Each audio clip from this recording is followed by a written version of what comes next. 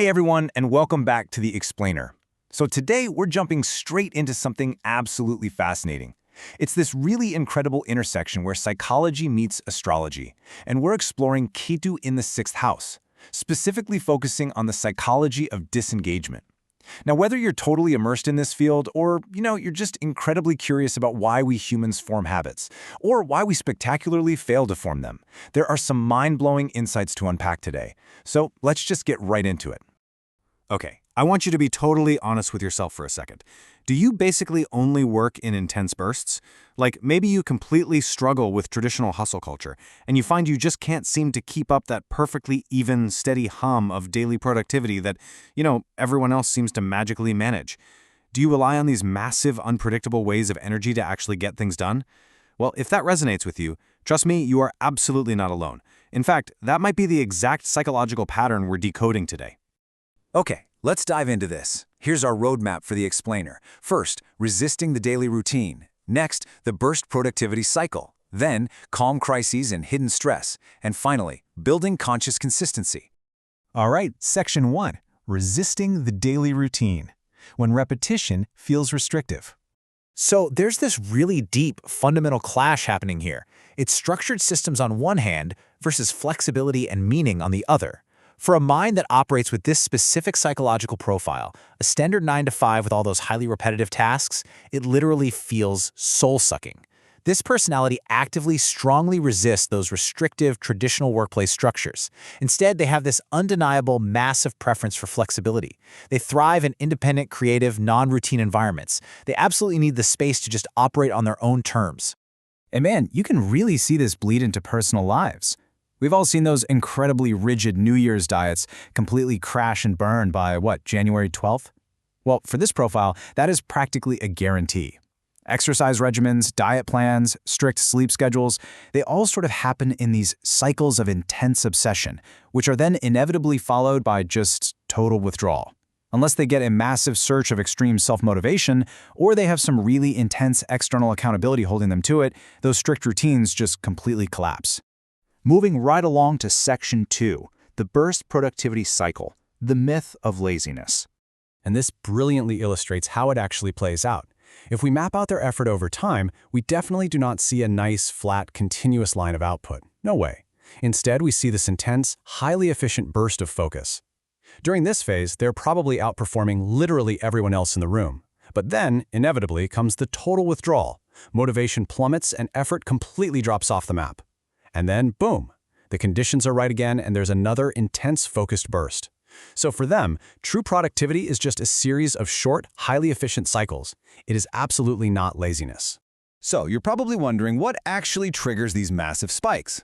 Well, it comes down to a really specific equation. For this profile, work performance is entirely 100% dependent on emotional engagement and meaning. If they feel a real connection to the work, or if they can see a deep, underlying purpose in the task, their performance just skyrockets. But the very second that interest fades, the effort vanishes right along with it.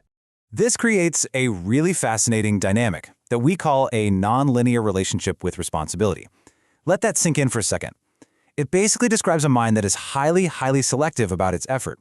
Actually, scratch that. It's more like a switch. It performs incredibly efficiently when the brain is fully engaged, but it becomes radically inconsistent the minute meaning is missing.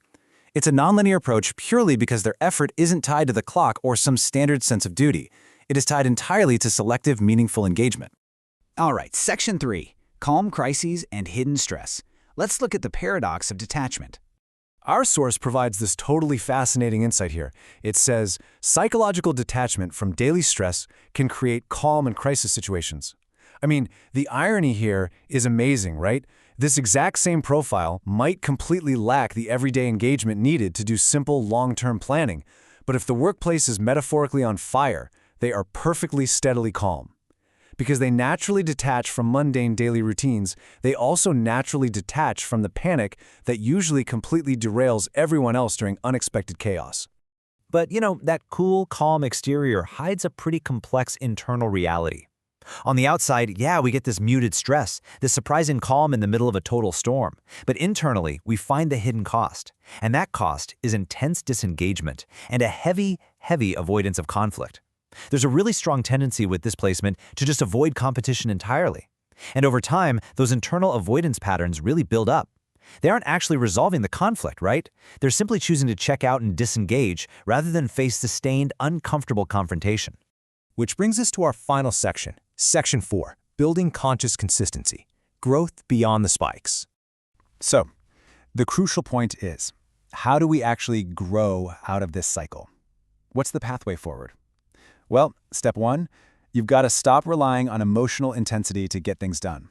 Step 2, detach your actions from motivation spikes and external pressure. You literally can't just wait around for deadline panic or some sudden, magical wave of inspiration to hit. And step 3, practice steady, conscious habit formation. Real psychological growth here comes from intentionally building consistency. It's about consciously choosing to just do a little bit each day, even when the task feels completely devoid of that deep, intense meaning you usually crave. So, I want to leave you with this to chew on. Take a real, honest look at your own life. Are your daily routines actually built on conscious, steady habits? Or are you just waiting around for the next motivation spike to carry you through? Mastering this specific psychological pattern really is the very first step toward unlocking your true potential. Thank you so much for joining me on this explainer. I hope you found it as fascinating as I did. See you next time.